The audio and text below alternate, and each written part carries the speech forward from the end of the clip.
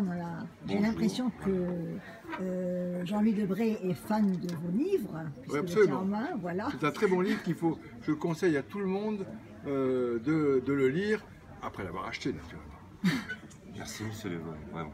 Alors, racontez-nous un peu ce qu'il y a dans ce livre qui s'appelle Les années cristal. C'est quoi les années cristal? Les années cristal, c'est l'histoire du plus grand cristallier de son époque, qui a commencé son activité en 1830 pour l'arrêter en 1900, enfin ses fils l'ont arrêté en 1900, c'est une saga familiale. Et cet homme a traversé 2 révolutions, un empire, 2 républiques, et tout ça en étant proche des chefs d'État et des gouvernants.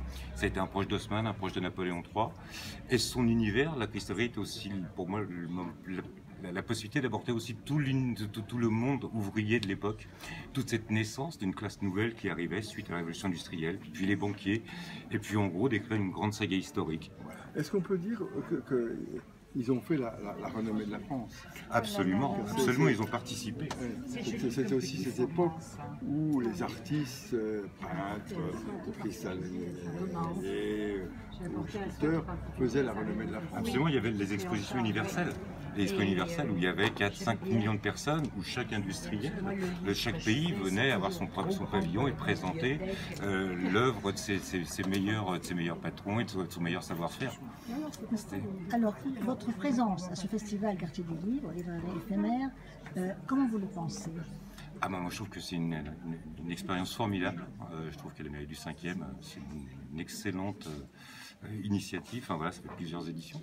Mais c'est la première fois que je participe et je suis très content de venir. Enfin, il y a des gens chaleureux, les libraires sont là, puis les lecteurs sont là. Puis c'est un beau quartier. Enfin, à côté du Panthéon, on va quand même pas s'en plaindre quand on est écrivain.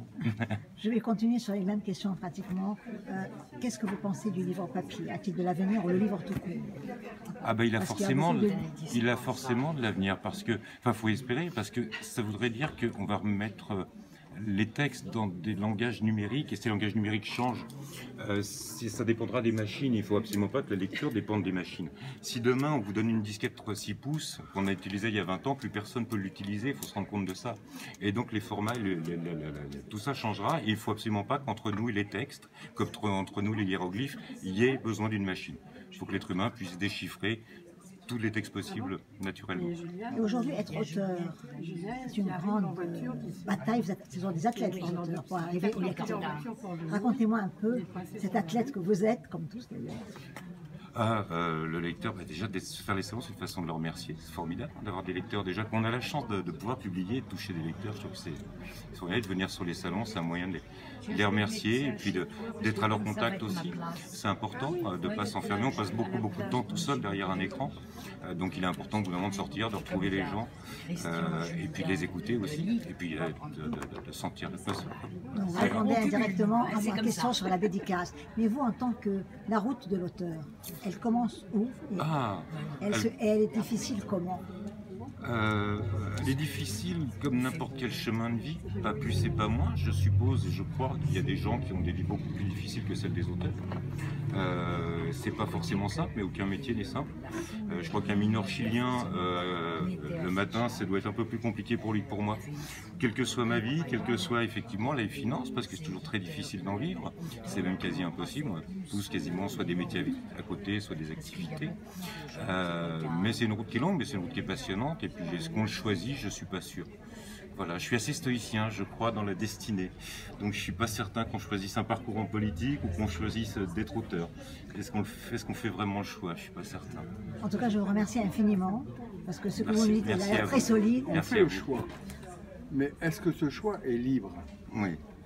Car dans chacun d'entre nous, il y a un héritage. Vous avez dans votre corps des millions de cellules. Dans ces millions de cellules, les 3/4 viennent de ceux qui vous ont précédé. Un patrimoine génétique. Et donc, patrimoine génétique. Et donc, c'est savoir entre votre propre initiative. Alors, ce que je crois très profondément, c'est que Malraux disait il y a 2 façons d'être un fils parmi les fils. La première consiste à cultiver sa différence, la deuxième à approfondir sa communauté.